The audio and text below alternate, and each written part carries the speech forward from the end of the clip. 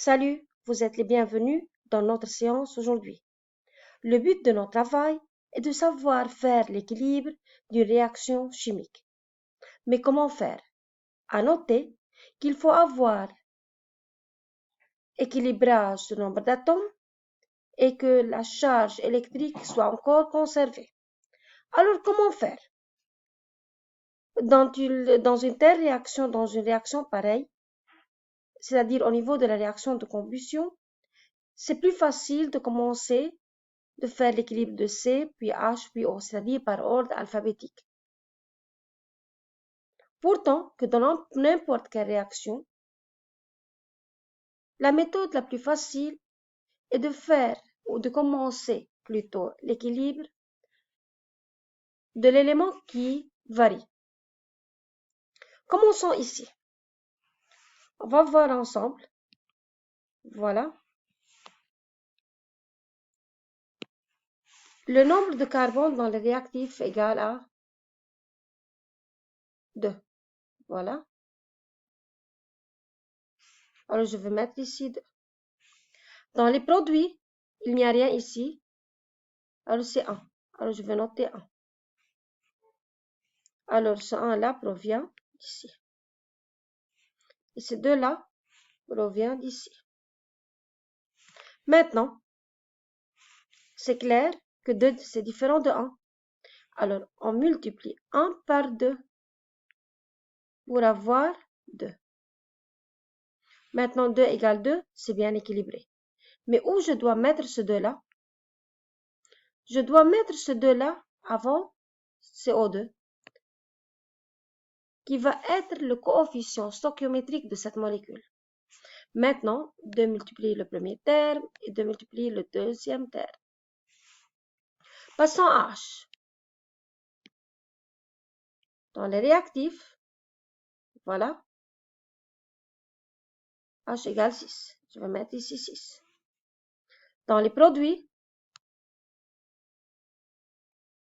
H égale 2. Je vais mettre 2. Alors, 2 fois combien égale 6? 2 fois 3. Je multiplie par 3 et je vais mettre 6. Ce 3-là va être le coefficient stoichiométrique de H2O, qui va multiplier le premier terme et le deuxième terme. Passons maintenant à faire l'équilibre de O. Voilà.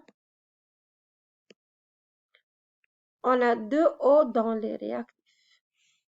Je vais mettre 2. Et on a O dans les produits provient de 2 molécules. Dans la première molécule, celle de CO2, voilà. On a 2 fois 2, puisque le 2 multiplie le premier terme et le deuxième terme. Alors, 2 fois 2, c'est 4. On a 4 O présents dans 2 molécules de CO2. Puisqu'il y en a plus, je vais écrire plus. 2 provient encore de la molécule d'H2O.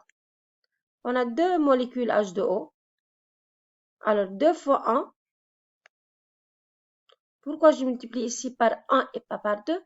Parce que l'indice de O est 1.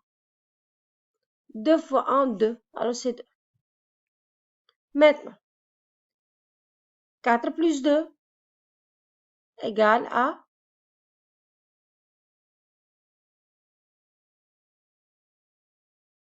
6.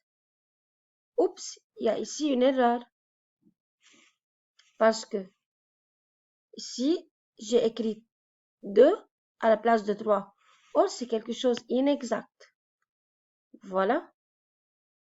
Je vais mettre 3. Alors, il faut bien écrire pour ne pas avoir après des erreurs. Maintenant, on a 3 O.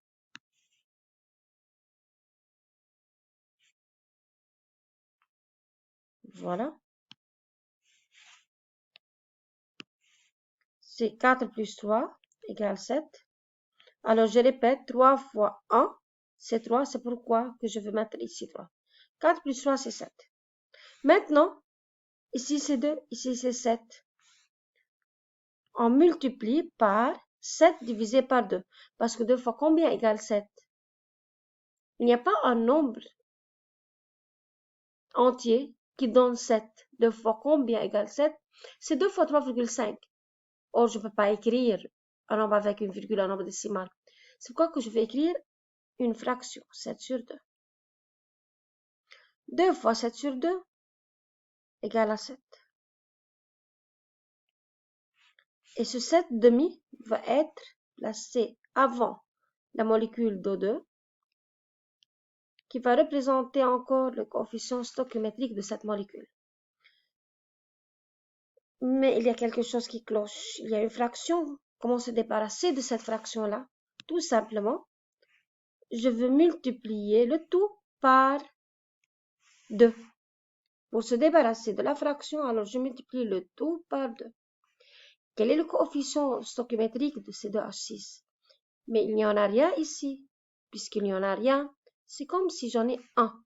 Je vais mettre ici 1. Et si je multiplie par 2, 1 fois 2, 2.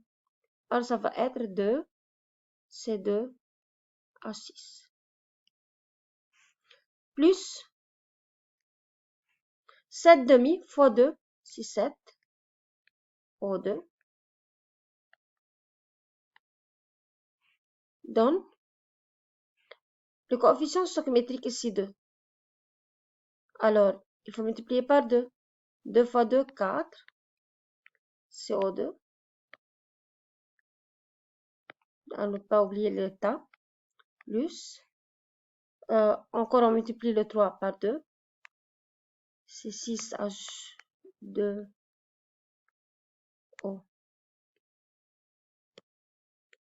Voilà, maintenant l'équilibre c'est terminé. Il s'agit bien ici d'une réaction de combustion. Merci et n'oubliez pas qu'il faut bien s'entraîner à faire l'équilibrage pour arriver à un moment où vous pouvez faire l'équilibre de n'importe quelle réaction chimique. Merci et à la prochaine.